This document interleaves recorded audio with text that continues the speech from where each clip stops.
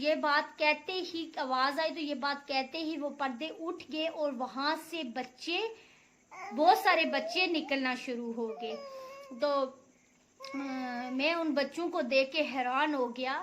تو جب میں نے دیکھا تو وہ بہت سارے بچے تھے اور بہت پیارے مسلمان بچے تھے. ایک میں نے دیکھا تو میری ان بچوں میں سے جو معصوم بچے تھے، ان میں ایک میری معصوم بچی تھی جو 2 سال کی فوت ہو چکی تھی.